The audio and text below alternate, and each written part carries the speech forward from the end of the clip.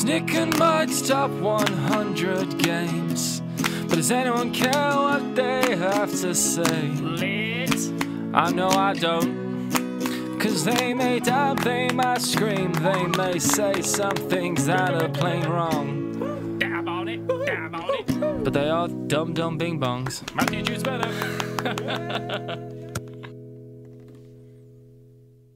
What is up, everybody? My name is Nick Murphy. I'm Mike Murphy. We are the Brothers Murph, and this is the continuation of our top 100 list. Dude. I feel like I've said that exact Nick and Mike's sentence top so 100 many games. I know. Let's give it for Matthew Jude real quick. Matthew Jude. We'll give it up for him again in the top 10 because that's what most people are going to watch. Yeah. But People, like, no one's watching this. yeah, exactly. No one's watching this. But no, this is going to be 20 to 11, so we are getting very close. We're getting to the really good games now. All the rest of them were garbage. We sold most of them on since we Yeah, recorded. seriously Like, though. At this point, don't even trade them, burn them. just burn them straight up. Yes, and so we'll get right into it, but we want to say what we usually say, in that people keep saying that we're bot. We're not bot. No. We are our own people. Yeah. And that's it. So let's get on to number 20, I guess, huh? Let's get at it right now. 20.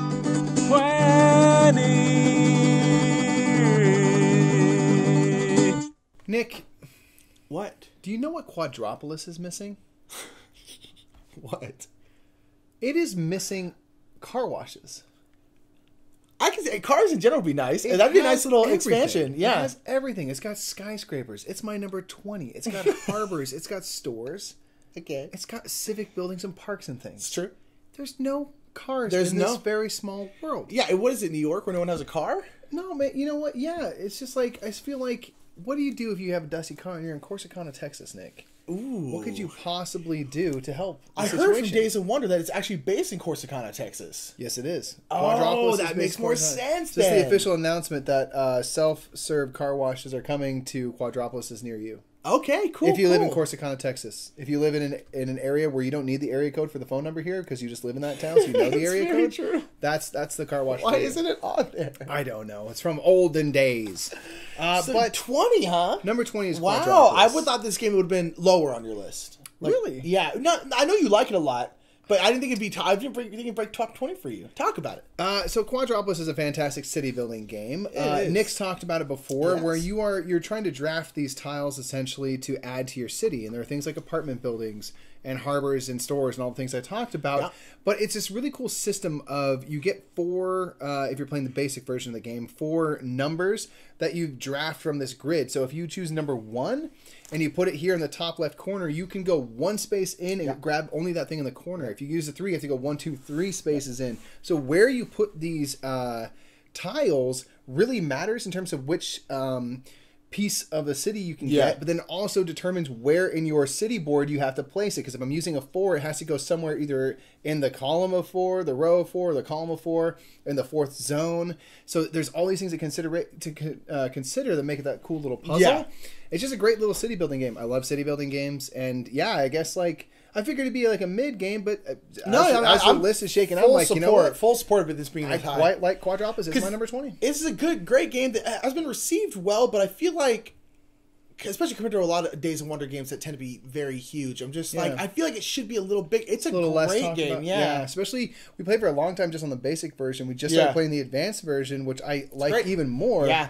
And so yeah, that's my number 20, Quadropolis. Cool. My number 20 is a game that Mike mentioned. I can't quite remember when. Ages ago. But it is a game with just the biggest and chunkiest of all dice, and that is Seasons. Seasons is a criminally under talked about game. Dude, clap it up for the chunk factor. I know, there. right? The chunk factor. I always appreciate Tom because I feel like Tom is one of the only people who talks about this game. I know it's always on his top 100 and stuff, but Seasons is a great little, I guess, engine builder game where you are rolling through the different seasons and you are rolling these dice, and the dice are just huge, just big old honkers, Fat boys. big old fat boys. And these have different elements that you can get. So you get water or fire or air or earth. That's the last one. And then you use those element tokens to then purchase cards and put them into play. Yep. Anyway, it's pretty straightforward in that sense, but it's very, very cool because you're constantly moving seasons. So throughout the game, whatever die is left over that didn't get chosen, it'll have a certain amount of pips on there, and that's how much how Time far moves forward. Yeah, forward, time yeah. moves forward. And so you can slow down the game or speed it up depending on what dice you draft. And then on top of that, like there's only I think 3 or 4 spots in each season. So the thing is, it's like you're in winter, and when you're rolling the winter dice, there's a lot of water on them. There's a little bit of earth, but there's like no fire and stuff like that. And then you roll, and then all of a sudden it swings into spring, and spring has a ton of earth on it and stuff. Yeah. So you're like waiting to get sometimes to a certain season because you're like, this card needs like 4 air tokens, but air is most prominent in fall. Yeah. So you're like, okay, I'm probably gonna have to wait to get there, but I'd like to play it now. And it's just, it's tough to Trying to balance figure all out that. which cards to play to help get you more tokens. There's a little bit of engine building. Yeah, totally. Things that help you gain extra tokens and whatnot, and help transmute. You can transmute to crystals, which are your points. Yeah, exactly. So there's like a lot of really cool elements. Yeah, and there's cards where a teeny bit of take that, not a lot, but like you can kind of mess people a little bit. It's a great game that no one talks about, and it's gorgeous. It's libelled. It's great. I love Seasons to Or is death. that Bombix? No, it's not Bombix. You thought it was Bombix. Is it But Bombix? sure was. Are you sure you didn't make a big mistake and you I'm looked very pretty foolish? sure that I'm cool. I'm in a very public top 100. Are you sure that wasn't you that made that mistake? Seasons I'll is my teach number him. 20. I'll teach him. And there you go. Thank you. By Bombix. Should we go to number 19? Yes. I'm gonna get sued by Labella tomorrow. 19. All right, my number 19 is going to be a game. They're firecrackers? What is that? Are you cracking your knuckles? What is that? Dude, it's this super sweet bubble wrap I got. You got bubble wrap? Yeah, I got a lot of it. That's perfect. I think that's perfect. Hold on. Wrap my head up because it's the game on mine is kind of a brain burn. It's a big, thinky, heavy game. So wrap me up so I can protect myself. There we go. That's good. Safety first to the brothers. Oh, that's good. That's good. Perfect. Yeah, that's good. Okay. Let's get a little dangerous. Let's get a little dangerous. Open your mouth. Okay, so Open your mouth. Okay. my number 19, Mikey. I'm guessing it must be higher on your list because you haven't talked about it yet. My number 19 is going. Okay, I can't see. You look like the Elephant Man. My number 19 is Look, now it's like a hat. Now I look cool. Oh, dude, this is where it's at right here. Okay, so my number 19 is a game that is all about a theme that I thought was going to be the most boring theme on the planet, and it turns out I really like it. And that is a game where you are running cattle to Kansas City. Ooh, wow. It is a game called Great Western Trail. Oh, it's like a scarf, too, so I'm warm in the winter. Oh, this is great. Look at this. I am significantly surprised by. You know, this. I look like that blue lady in Star Wars. She's got the weird tentacle head. tentacle head. Yeah. So Karen, You look like a gothic. Mike's girlfriend is You look laughing. like a gothic erotic painting of a queen. good. That's Just be the sharp. It's that's all the angles, chic I'm all generally sharp going angles. for. Yeah. So this is Great Western Trail. Great Western Trail is a great game by Alexander Pfister, and it's a game about running cattle in Kansas City. surprised. I thought this was gonna be higher. No, really thought this was gonna be higher. it has the potential to go higher, but not right now. And so, but high. I do really like this game. This is a game that, like, I didn't really give a chance. I did not think I was going to like it because originally the theme did not do anything for me. And now they put it a few times. Prior to playing it, or as you were playing it the first time? Prior to So playing before it. you ever gave it a And then after playing it, I actually really like the game because there's a lot of Western games, but there's not games about, like, cattle farming. About which like is what most people's life were like during the there's the very few Western- like gunslingers. Like people mostly were like, I'm trying to feed my family, so I'm running cattle to Kansas City, and so that's a game. But it's a pretty heavy game. There's a lot going on, really thinky, and it's a game that I just didn't think I was gonna like. And I fumbled through it with a couple friends, both of which had played like once, like a long time ago. So we had a good time going through it and stuff. And then I was just like, you know what? I think I'm gonna really like this. So we got it, and then I was like, you know what, Mike? I think you're really gonna like this game. And we played it, and man, we love it. I love this game. I really do. It's a toughie because it's a thinker, and I'm not very good at it, but I really enjoy it a lot. It's great. Right. We'll see if it makes an appearance on my list. Yeah, dude. You look so safe. Yeah, that's a game. Yeah, that's good, dude. That's great, man. Look, I can't feel anything, dude. I can't feel anything. My vision's going in and out, but I can't feel anything. This eye's in focus and this eye's in focus, but like never at the same time. Continue, my brother. My number 19 has been mentioned by you before. It's a great introduction to deck building game because you're not really thinking of the fact that you're building a deck much. You're just trying to get through a jungle in the quest for El Dorado. Wow, really, huh? I really like it, man. I love how light it is, how accessible it is, and how like fun it is to try to like if you get the right cards in the right order, you just like start just cutting right through the jungle. You're running through the jungle. You know what's like a forest? Forests are really humid. You know what's really humid? Just right here. right up in there. Getting real hot. They don't breathe at all. This part of my body is going to be so ripped by the end of this top 10, dude. Just no water weight at all. Just a ripped forehead. And yeah, so like I just love the idea of like putting together these different tiles to create maps for yourself, and you're trying to get to El Dorado, and you're trying to put together the cards. And the thing I like about it is you'll ultimately in a game buy what, like 7-8 cards? It's not that much, honestly. Not that many, because there's a lot of cards that are one-time use. Yeah. And at first I was very hesitant because I was like, oh, I don't want to like have a card, but now I'm like, give it. Yeah. I don't want to get that deck bloat. Well, and also you need your money to get through certain parts of the board. Yeah. So it's such an interesting thing of like sometimes you're buying cards, sometimes you're using your money to get through markets because all the spaces are either, you know, a jungle space, you need machete symbols, you need money symbols, you need water symbols across the water. Someone you just discard random cards and like it's just really fun. Yeah. I've enjoyed it every single time we played. The first time we played, I liked it. We've played it several times with various different types of folks. Yeah.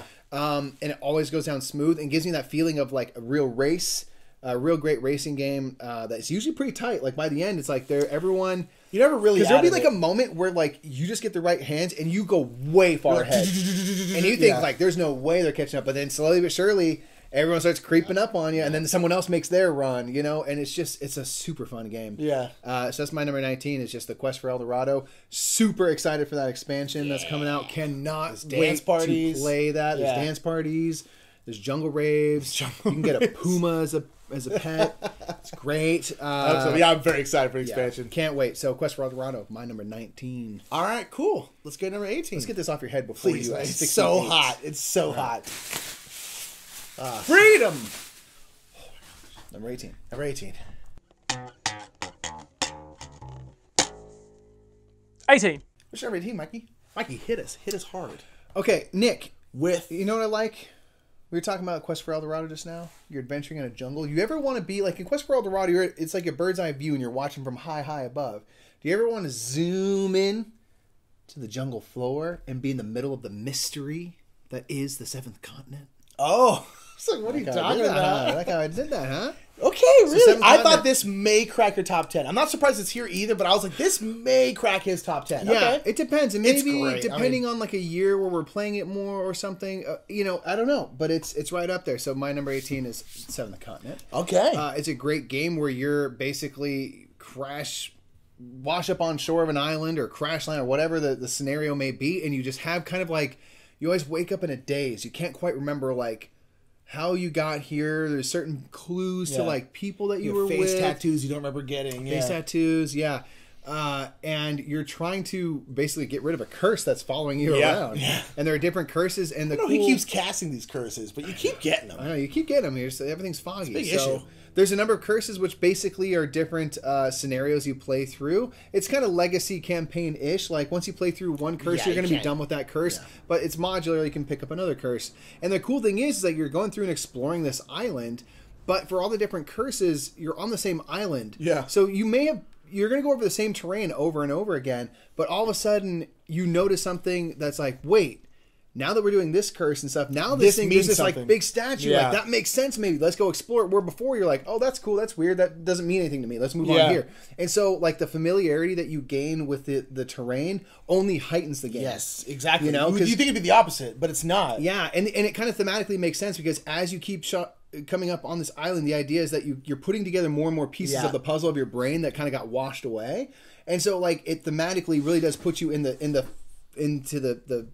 the footsteps of these people. You're like, I remember that one area. I remember that, you know? And like, that's what that character would be going through if this was like a movie or something. Yeah, totally. Yeah, Seventh Continent's just really fun. It's one of those we'll like play through a curse and then like get done where it's like, yeah. And then we like won't play it for like 4 months. Yeah, and then eventually we're like, I think we'll get back on that continent. Think about going back on that continent. What do you think? Yeah. Yep. Let's go. You know, we go play it again. So it's like a great game that's going to kind of give and give and give for a long time because of those kind of built-in breaks that you'll take. Yeah, I haven't gotten tired of it at all, honestly. Yeah. And it's like we've locked in. Some of the curses are hard, and it's like you locked in a lot of hours, but I love it. Yeah. Julio, my number 18, I was for some reason I had this premonition. I was like, we're gonna cross over on this number. I was wrong. Turns out my number 18 is Ticket to Ride Nordic Countries. Oh, for some reason I was like, when I was looking at my thing, I was like, this is gonna be it. We're gonna cross over the same number, which may happen later. But I was very excited. It's gonna happen once, but between now and because we have very similar tastes in games. So like, there's gonna be a lot of crossover in the top 20. But Ticket to Ride Nordic Countries, I'm guaranteeing will be higher on his list because it hasn't come up yet. Ticket to Ride Nordic Countries is my favorite version of Ticket to Ride. Ticket to Ride. It's just pretty much the same part normal Ticket to Ride, but it's set in Scandinavia, so it's part of Denmark and then Norway, Finland, and Sweden, and it's 2 to 3 players only. Because that's my biggest problem with like Ticket to Ride Europe or Ticket to Ride USA map is if you're playing with like 2 players. It's not very contentious. There's not much. There's not much vying for routes. You're not worried about it, which is fine if you want to play like a less kind of cutthroat game. But one thing I like about Ticket to Ride, because I am not a mean gamer, neither is you, I really don't like being mean in games. But with Ticket to Ride, one thing I like about it is you just don't have a choice. You're like, look, I gotta get to Helsinki. And I'm sorry, but I'm taking this yellow route to Helsinki, and I know it's going to block you out, but I have to go there. So it doesn't feel like I'm being mean. It's just kind of like, that's kind of how the game is. Mm-hmm. So Ticket to Ride Nordic Countries I love because even at 2 players, it's a small map, and you're just gonna get in each other's way, and I love that. It's a small map, and it's hard to navigate because there's a lot of waterways you have to cross. Yes, so you need locomotives. Yeah, it's really tough. There's also tunnels, and tunnels can be tough. It's got a lot of the stuff from Ticket to Ride Europe in that sense, with like tunnels and such. Yeah. But then on top of that, we're both Norwegian. Both of our family, I said both of our families as if the families are different. They're not. They're a lot of our family of Norway. Yes, a lot of our family's still back in Norway and stuff like that. We've gone to visit them before, yep. And so it's that one. Also, it's super Christmassy. Yeah, like it's very Christmassy. It's got snow and like kind of like a Santa Claus. Play it this time of year for sure. Yeah, like, exactly. It just fits. So I just love it. It's by far my favorite map. Ultimately, it's pretty similar to normal Ticket to Ride, but it is a standalone game. So Ticket to Ride Nordic Countries is my number 18. Pow, good call, man. Let's go into number 17 on that note. Let's do it. With a little Christmas cheer. Nordic countries, Ticket to Ride, you play sets of cards. Have extra low mocha. 17. Time for number 17. Black & Decker. Why do we have 2 drills? Because it's super cool, like dual wield while you're working on stuff. You can be like a whole house just got done. Okay. Just feel more manly if I have both of these and then just a huge work belt. So your masculinity is based around having more than 1 drill? 100%. But I've got a rainbow penguin sticker on one, so that's like nice. Cool. I'm done. All right. Number 17. My number 17 is, I just looked at it, let me double check. Cool. My number 17 is a game that is can be played competitively, but ultimately I pretty much exclusively want to play it cooperatively now, and that is a game called Stop Thief. Oh yeah. Stop Thief is such a good game. We talked about it before. A Restoration Games game where you are going around and you're trying to catch thieves, but you're going everything is done through audio clues. It's run through an app that's really, really great. And essentially, there's 4 different buildings on the board, and there's a whole bunch of different numbers. And this group of thieves are rolling around from number to number to number to number. And depending on where they are, they'll give an audio clue. So the app will be like, and that means they just moved onto a space of the door. You hear like, psh, and that means they just moved onto a space of the window. They're going through the windows. Thank you. Sometimes they're doing construction. Yeah, you know, there's Hank's construction in there. Yeah. And so it's really great. And so you have to deduce where they are based off of, okay, they went through a door and then they walked inside and then they went through another door and then they walked outside, then they went through a window, and you're trying to deduce where they are and you're trying to find them as a group. The competitive version is the same thing, except for you're all trying to be the ones to arrest the thief. Right. You want to be first to the thief. The reason I don't like the competitive one nearly as much is because one person can end up doing a lot of the work, but then like a lot of times it comes down to like, okay, we know they're here or they're here. And so, like, if Mike goes in and tries for, like, 156 and it was wrong, I know for a fact they're at 157. So then it's like, a lot of times, like, he'll do the work, but just because he drew badly in a 50-50... And you never really... It's like... it's rare they're even going to get to a 50-50 shot. It's yeah. usually 1 out of 3. So, yeah, so it's just like... to me, it's so... And then everyone on top of that, you don't really want to think out loud in the competitive game because then you're kind of giving away It makes it where too you think quiet of a game. Yeah, whereas cooperative, everyone's talking. It plays just the same. It plays great. Everyone's talking, discussing. No, it could be here, and it's just the discussions in the game are wonderful. And this is a game that like I've been bringing out with a whole bunch of people, especially non-gamers, because it's cooperative. And on top of that, the game itself is very, very simple. You play a card that allows you to move a certain amount, and then you can like make an arrest if you want to. There's like not much to do in the game in terms of mechanics. But it's just great. Like, we played it with our sister and her friend when they were here last, and like they like loved it and stuff. And it was just, I love this game. I love it so darn much, and I cannot wait. There's gonna be a 1 versus all version of the game coming out. That's exciting. In the app. There's gonna be like a solo version. I'm so excited. And so yeah, Stop Thief is my number 17. I absolutely adore it. Nice. My number 17, I don't believe you've mentioned yet. I assume it's coming soon. And speaking of coming soon to you know what I love hearing about? It's the fall lineup of TV shows, man. So much potential. What's coming back? What got canceled? And is it fun to put yourself in the shoes of the people that make those choices of which star you're going to attach to shows? What ads you're going to run? My number 17 is the networks. Wow. Okay. Yes. Gil Hover. Gil Hover. I love Gil Hover. Gil's a great guy. He's a great guy. It's an awesome game where you're just running a TV network. And you've got 3 time slots. You got prime time. You got 8, 9, and 10. How is this not a theme that's used more? I don't know, because it you really could works. use like so many mechanics on top of that theme. It'd be worker placement, engine building. What like? I don't know. It's a theme that's so criminally underused, in my opinion. It totally works. I don't know what you would consider this game in terms of mechanics. I honestly don't know either. It's but basically a card game. You're putting down cards, and you're putting different types of TV shows or sports shows, and different themes, and you're putting them, and they all have like a preferred time slot. They prefer to be at 9 p.m. Yep. And you can attach celebrities to these, which will increase your viewers. You want to ultimately have the most viewers. The most viewers, is the winner. TV station, yeah. Yeah, and so it's just really fun. The idea of like putting ads on shows. Shows have requirements. They have to have 2 ads on them to be able to be played because it's the Super Bowl basically. Yeah. And every show is a really funny, clever parody Yes. of something we all know. So instead of the show Lost, we have Found. Yeah. And they're just like that kind of level of silly, and I love it.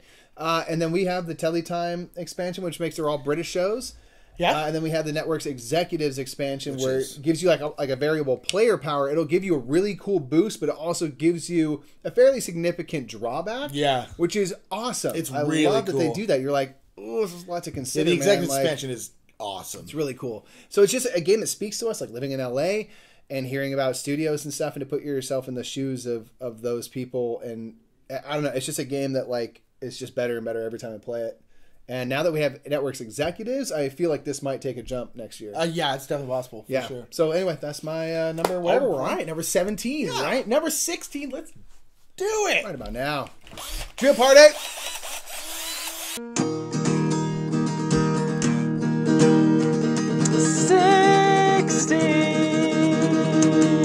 So number 16. It's brought to you by Totes Extend-A-Trunk. So when your trunk is too full and you got to extend it, you got to close have that a trunk. strap. Extend-A-Trunk. Totes. Yeah, and I know what you're saying. You're like, should I just buy a bungee cord? No, this costs way more money. Nick, should we buy this instead? Totes. Obviously. Okay? Mike, here's your 16. Speaking of words. that, dude, you know what types of folks could really use extended trunks? Who? Castellers. That checks out. Because they need helmets and those, you know what I mean? And if you're on a human pyramid, you might have more stability. You gotta pull them down if quick. You have you some know? sort of pulley system. There you can go. pull the kid right to the top. That's true. Castel is my number 16. It's a fantastic game by Renegade Games, I hope. Wow, this is higher. It is, yes, Renegade Games.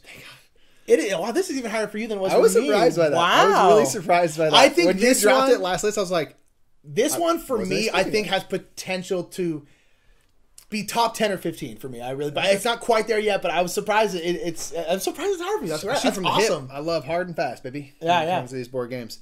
So Castel is all about building human pyramids. It is set in the regions of Spain where there are castellers. There's people. It's this long-standing tradition. They build human pyramids. They stack. Catalonia. 20 feet high? You know, like 30 don't know. feet. It's They're like crazy. 7 You still have like miles. all these stout, burly people at the bottom, like pushing in, and then they start like building upward, all to the point where you have like literally a kid, Like at the top 5-year-old kids on who's top. just like woo, who's got like a helmet on, like that's gonna make a difference. Lit. Yeah. How do you say lit in Spanish? I don't even know. What do you say? La Luz is like the lights. Anyway.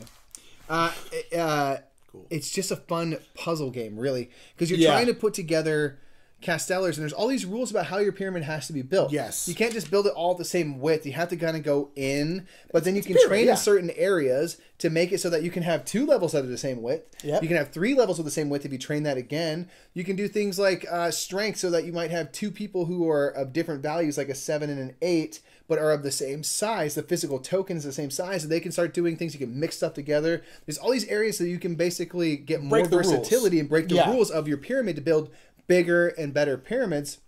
And there's this cool mechanism of like walking around these areas of Spain to recruit castellars to participate in competitions. And each competition is going to require that you have certain types of castellars, Yeah. big or small. And so you can't compete in those unless you have at least one of each of those. But the more you have, the better you are in that Yeah. showing.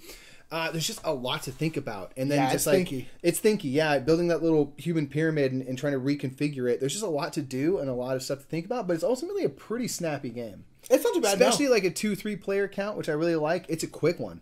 But it's a fun puzzle Yeah, game. it's a great game. I really like. I like the aesthetic of it. I like the look, and just want to like. You think it could become a top 10, 15 game with more plays? It could go up for me, but the point is, I want to play it more. Yes, exactly. Every time you play it, I'm just like, man, I really like this game. I want to play it more, Yeah. and I think that's going to continue to grow that feeling. Yeah, I think so too. So anyway, that's my 16. Cool. My number 16 is a city building game. My favorite city building game, I think. And that is Suburbia. Suburbia Nice. is my number 16. I love Suburbia. Suburbia was one of the first like hobby board games I played, and it was before we started gaming. I was over at our cousin Sarah's house. Yeah, that's right.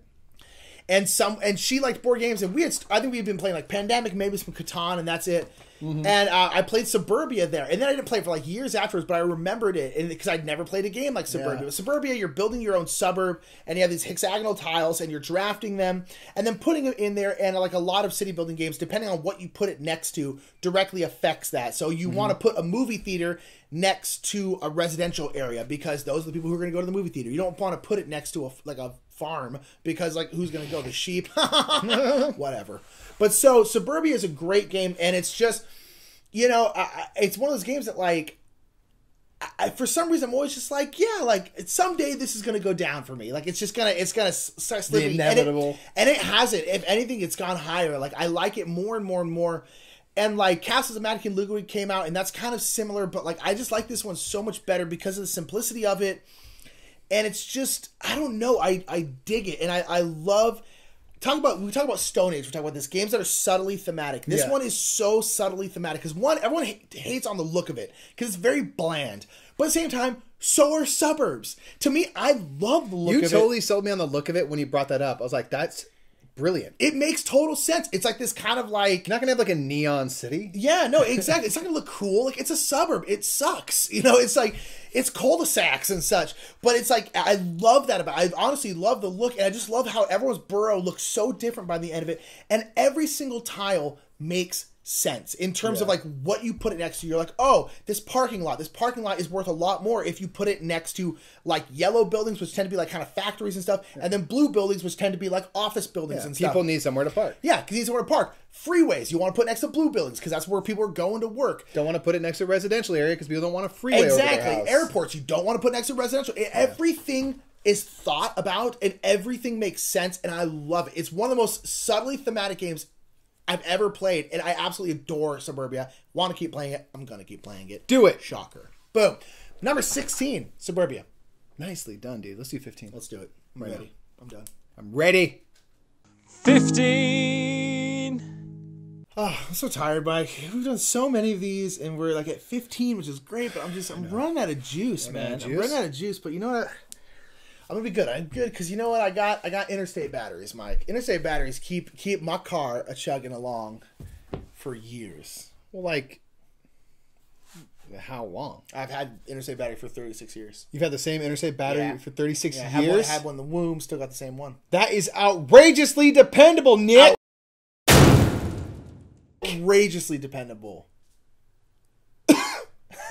My number 15 is something that I figured would be higher on your list, but it was a little bit lower, and that is a game called Gran Austria Hotel. Yeah. I also let me double check right now. Sometimes I get jealous of where your stuff is placed. I'm kind of like, know exactly oh what you man, yeah. This is also the highest game that's on my list that we don't own. Which is, I was thinking about that earlier. But Gran Austria Hotel is a game where you are running a hotel in Austria. Whoa, Austria, Ohio. And so you are getting guests, and your hotel is above, but at the bottom you have a little cafe. And your cafe can hold 3 guests. So when you draft guests, your guest is going to want something, some kind of food. So they're going to want wine, coffee, streusel, or cake. And you essentially have to give them what they want, and then if you please them, essentially you give them, like, I want 2 wine and 2 streusel. If you meet their needs, then they will stay in your hotel, but you have to make sure you have an open room in your hotel to put them in, and they all have different colors. It's like red, blue, yellow, and green.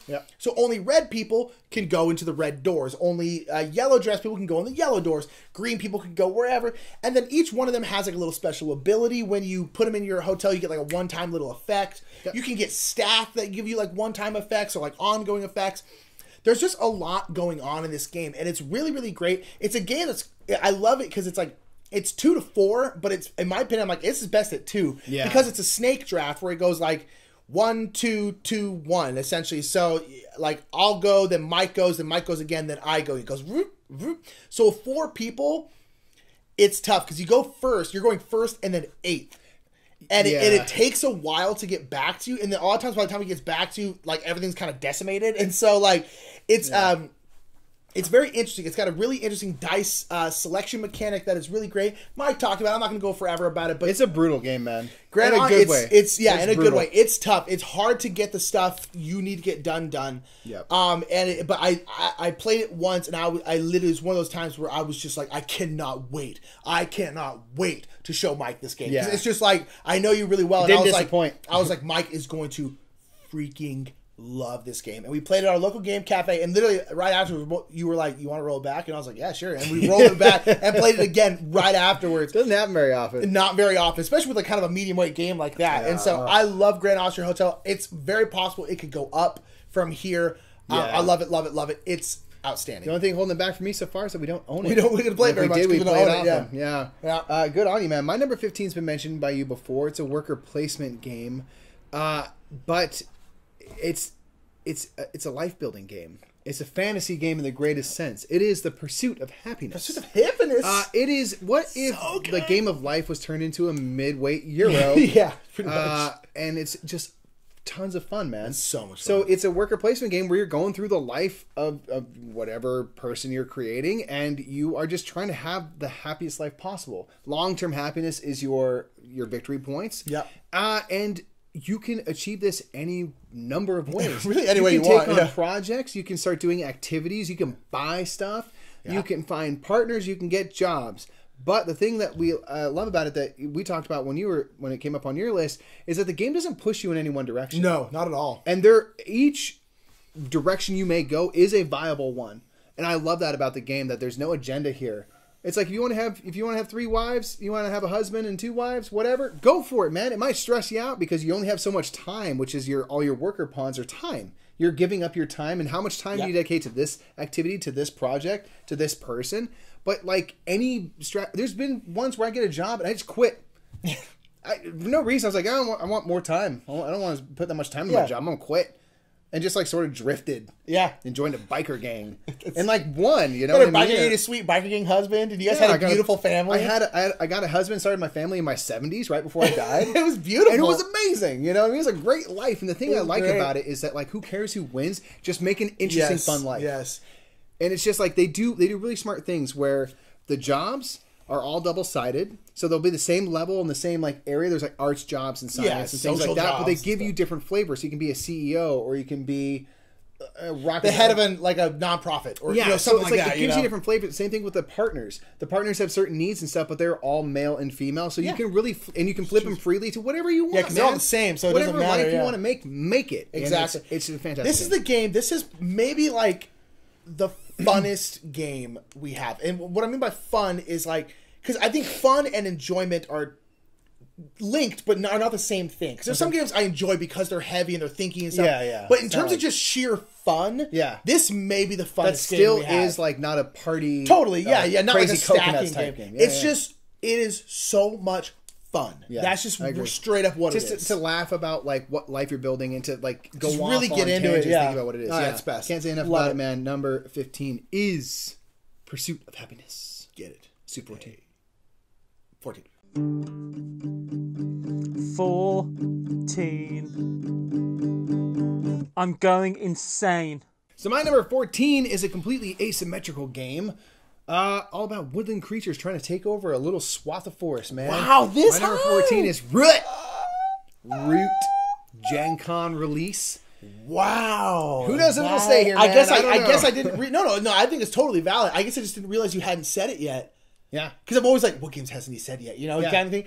Wow, When that's it does it off this amazing. list, I was It's just like, great. oh, I there's mean, Root. I think it's going to go up for me for sure. Yeah, Root's a really fun game where there's 4 factions you can be. There's a Marquita cat who's like kind of taking over the forest, and they basically have this like machine of war all built up. They have all this construction they're doing, and then you have like the eagles who used to rule the forest. Now they're trying to take over, but they can't like figure out who's going to lead them. We've got all the messed Woodland up. Alliance who are just like whispering about revolution and stuff, and like popping up places. You got the Vagabond who's just like, I'm gonna be friends with you.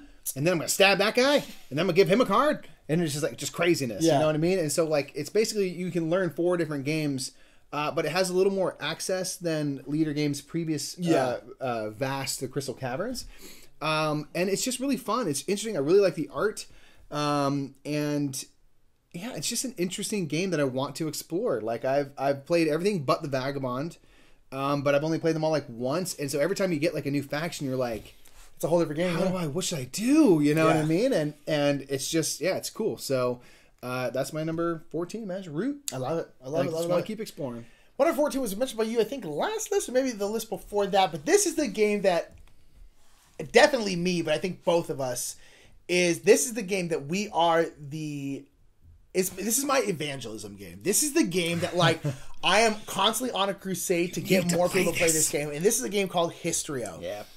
Histrio is such a good game, and no one talks about it. No one talks plays about of it. It plays it, and it's just this is like my evangelism game where I'm always on my soapbox. It's Like, overproduced. play Histrio, play Histrio. It's overproduced. It's exactly. Oh gosh, too bad games look good.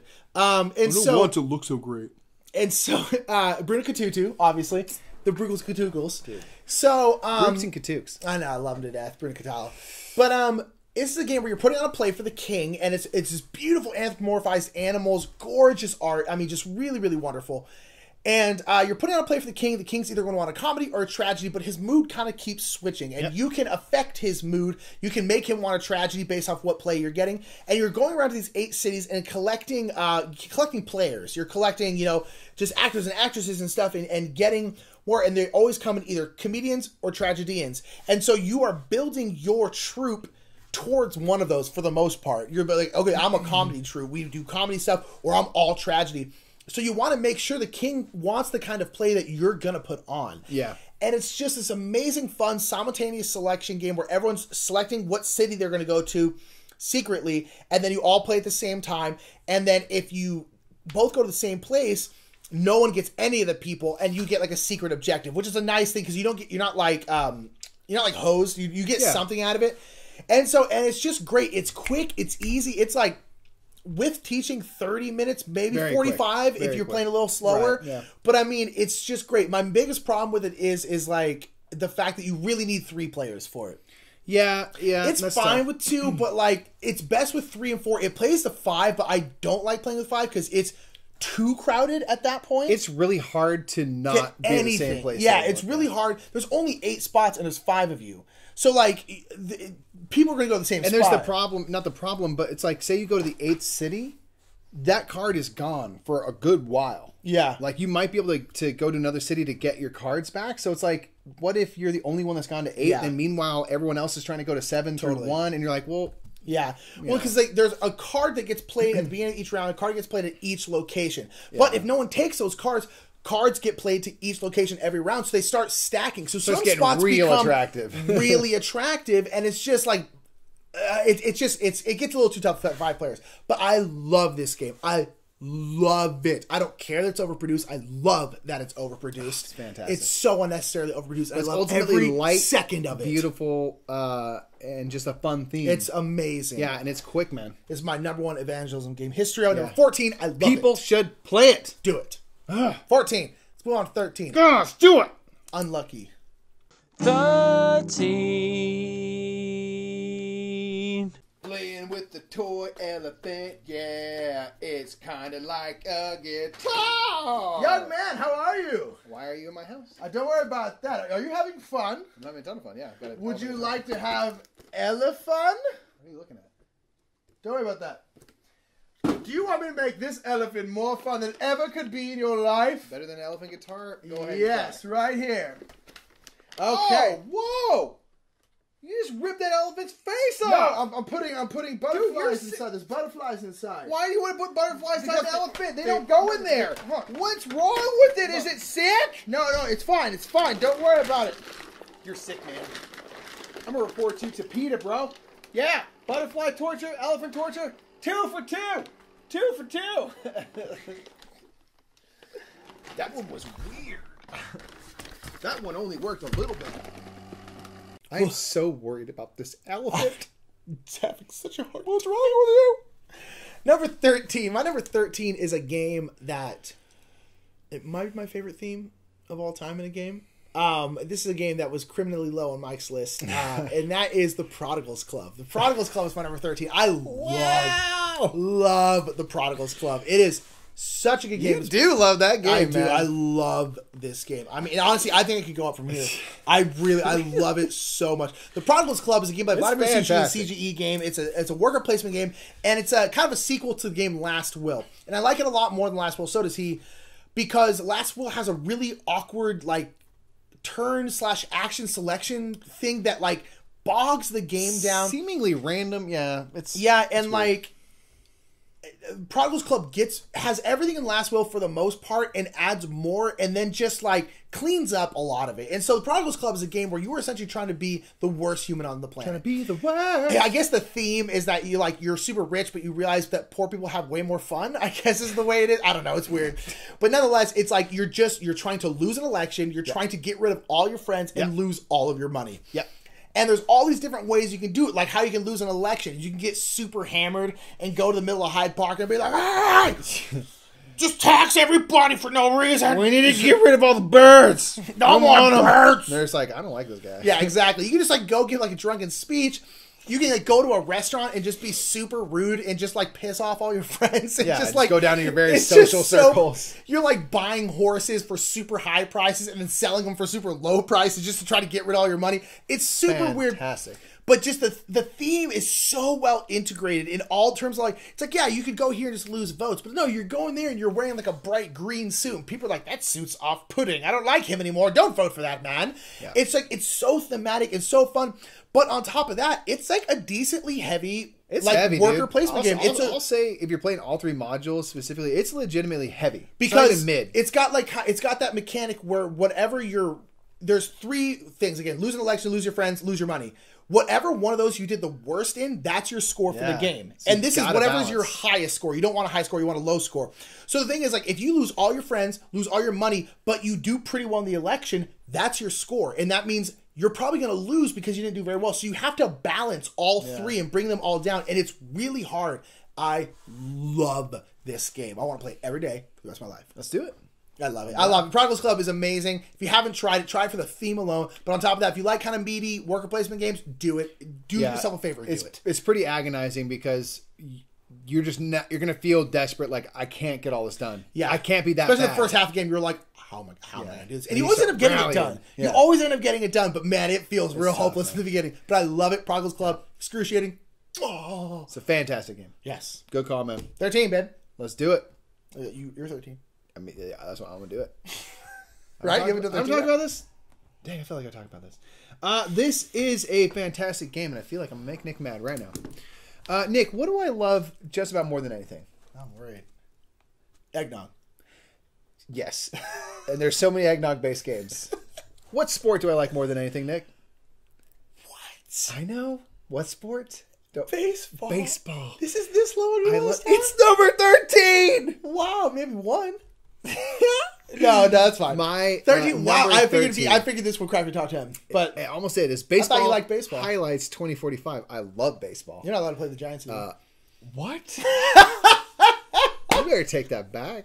I'm still gonna draft Mad Bum, whatever his name is. mix Come is. on. That. Baseball Highlights 2045. Baseball Highlights 2045 is a sports game all about playing baseball, which is already a win in my book. But it is one of the coolest themes, Yes. and the kind of backstory that it gives you for like why the game is the way it is. It basically is saying, hey, baseball fell out of favor with the people. Yeah. It became boring. Like people didn't care about it. Pretty accurate to real life. Kind of. People were like, who cares? And so what they did was they started incorporating like robots.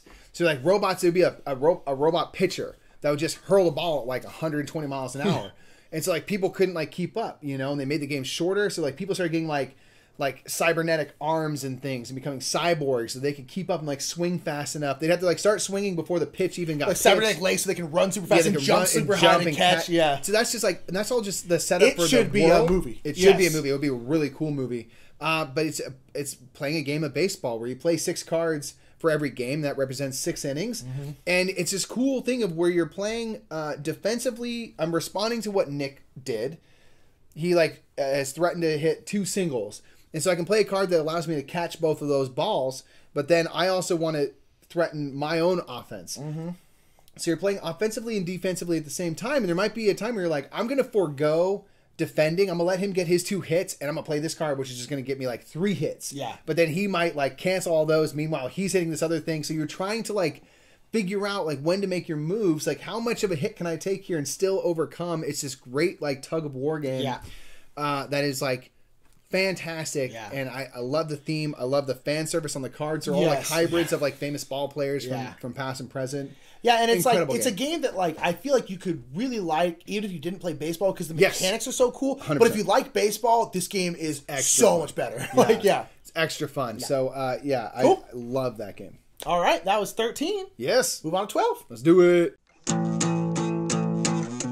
12. Number 12 is brought to you by that feeling that something is incredibly wrong, but you just can't quite place it.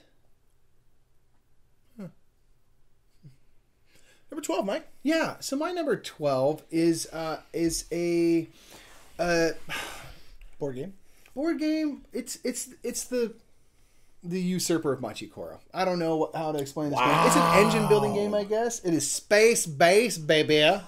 Spats bats. This high. I love it, man. You It's do. so fun. I love it too. So Yeah. Space Base is a game Wow, that's where great. you have these 12 ships docked, and they have numbers 1 through 12 on them. And then on your turn, you're going to roll 2 dice, and you're going to activate 1 or 2 of your ports, essentially. So you have number 1 through 12 because you can activate the face values of both of your dice. Yep. If I rolled a 6 and it was a 1 and a 5, I could activate my 1 and my 5, or my 6. Yep. The higher numbers tend to be more valuable. Generally, yeah. But it's nice to be able to activate 2 things, especially in the early go.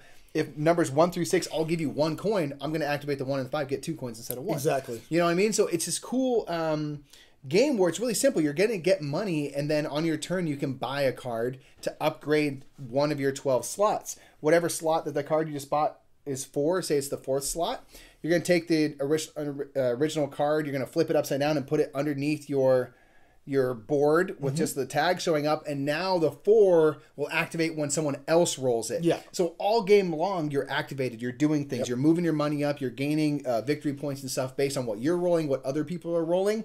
And on your turn, you just roll the dice, get some stuff, buy some stuff if you want, and move on. And that's it. So the gameplay is great.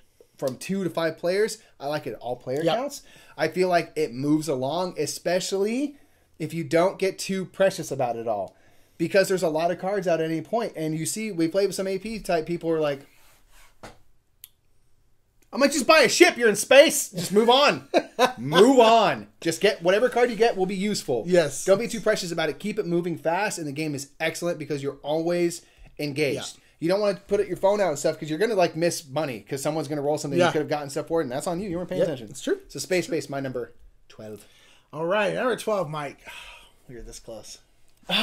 112 is Baseball Highlights 2045. Oh, you're talking smack on me. You like baseball more than me. I love baseball, but you are as much as I love baseball, you like it even more.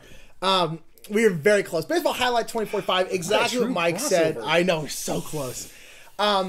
Is just outstanding. The card play in terms of like every card does two things. It has the defensive thing that you do, and then the offensive thing that you do. I think is so interesting, and the fact that like you don't know what the other person has because it's a deck builder, and so you don't know what 6 cards they drew. Yeah. But you kind of know because the game takes place over mini games. So what we always do is you play a 5-game series, and it's 5 little mini games, and then you play the World Series. And basically, the 5 mini games just determines home field advantage, essentially. Yeah, and it helps you it draft people and totally, build up your deck and stuff. But yeah. Because in between each middle mini game, rather, each card also has a value that's recruitment value, and you get to essentially buy more people that are much more powerful, sometimes way more powerful. But the cool thing is when you buy them, they go directly on top of your deck. So you're going to have them next turn. Yeah. So I the see other what he people just know got. this. He's like, he just got this guy who has like 3 home runs on it.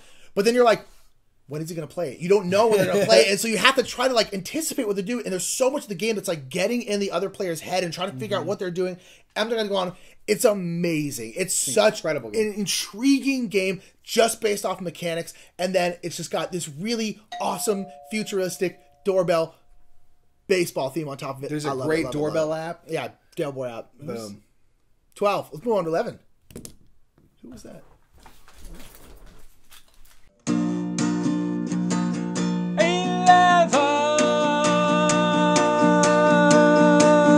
This was a bad idea. Why did I agree to do this? This was a silly thing to do. It's taken me all day and I'm very, very tired. 11. Oh! Our number 11 is brought to you by Cholula. Tapatio. Cholula Tapatio. hot sauce. It's Cholula. Tapatio. It's Cholula hot sauce. Ever heard of it? They make America stuff prefers hotter. Tapatio. Yeah, except for Cholula is what we eat in this house. Tapatio, okay? All right, listen Celia, here. who's You know what? You're gonna fight over this. You want to look at that? Look Look at her. Look at her. She wants. You want to drink how hot sauce, happy man? he is. No, listen. We're gonna drink some Cholula. I'm We're gonna put talking- Cholula in your eye. What do you like better? Don't you dare say sriracha. Don't you dare. Sriracha's not even sriracha. It's rooster sauce. Yeah. Okay? Put your favorite hot sauce in the comments below. Nick, go ahead and talk about your 11. This is an important one in my opinion because this is the one that just missed your top 10. And that's tough. That's a toughie for this one. But my number 11 was mentioned by Mike sometime. I don't know. Whatever time. But this is a game that also has one of my favorite themes on it of all time. It's a worker placement game by Vlada Chvátil, and it is Dungeon Pets. Dungeon I knew Pets this was gonna be high up for just you. missed the top 10. And I... Looking over the fence at the Yeah, top just 10? being like, be cool. Can't come play. Be cool being that top 10, man. But it just wasn't. So Dungeon Pets is a great game, a worker placement game, deceptively heavy with the cutest little theme on it where you're essentially raising monster pets and you're selling them to dungeon lords. And the pets all have different needs, like some need to eat a lot, some are really, really angry, some are super magical. So you have to build like cages and all these things and adapt to the kind of pets that you have. But then throughout the game, dungeon lords are coming through town and they're going to want to buy new pets. And some dungeon lords, they all want different stuff. Some want ones that eat a lot. Some want ones that are really angry. Some want ones that poop a lot. All sorts of different stuff. It's all over the place. And so then you have to like try and cater your pets to the dungeon lords and trying to make them as profitable as possible, I suppose, when you're also selling doing them. like exhibitions, trying to show them off. And so the cool thing is, you always know like what the next round's Yes. dungeon lords So are going it's to not be, blind. an Yeah. exhibition, so you can really try to like make sure you're going to put on a good show. Yeah, essentially. totally.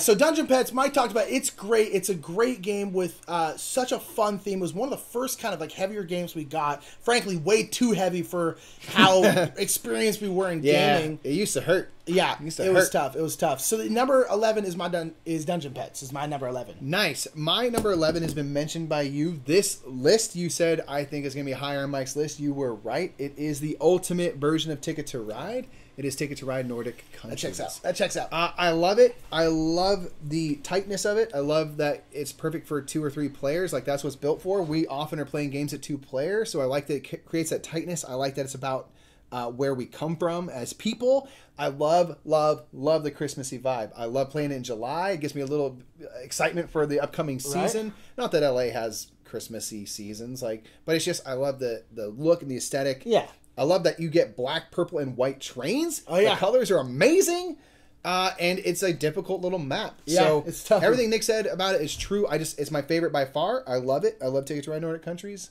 That's it, fair, folks. And that's it for this list. I think we need to do 10 to 1. I think it's. I'm going to throw it out there, Nick, and say, you know what? The people want to see the top 10. Indeed, the people care about it a little bit. Yeah, I think we ought to give it to them. I think it's fair. We're not going to do it right now. It's going to be another video. You have to wait for it, but you can go watch it. It'll be out very soon. Yes, indeed. So check it out. If you like what we've been doing, we are the Brothers Murph. Please tell a friend about us. Please go and subscribe to our YouTube channel. It's at the Brothers Murph. It's right over here on the website that you're already on right now. And we'd love it if you come join us on Twitch as well to watch us play games live. Indeed. We love to play interactive stuff with y'all from wherever you are in the world. So please come on down for that. Any last thoughts, sir? Nope, that's pretty much it. Do everything Mike said. Do you care to change your mind about Cholula? Sure don't. Okay. Well, either way, we'll see y'all in the next section of this Top 100. Thanks for joining us. Cheers. See you then.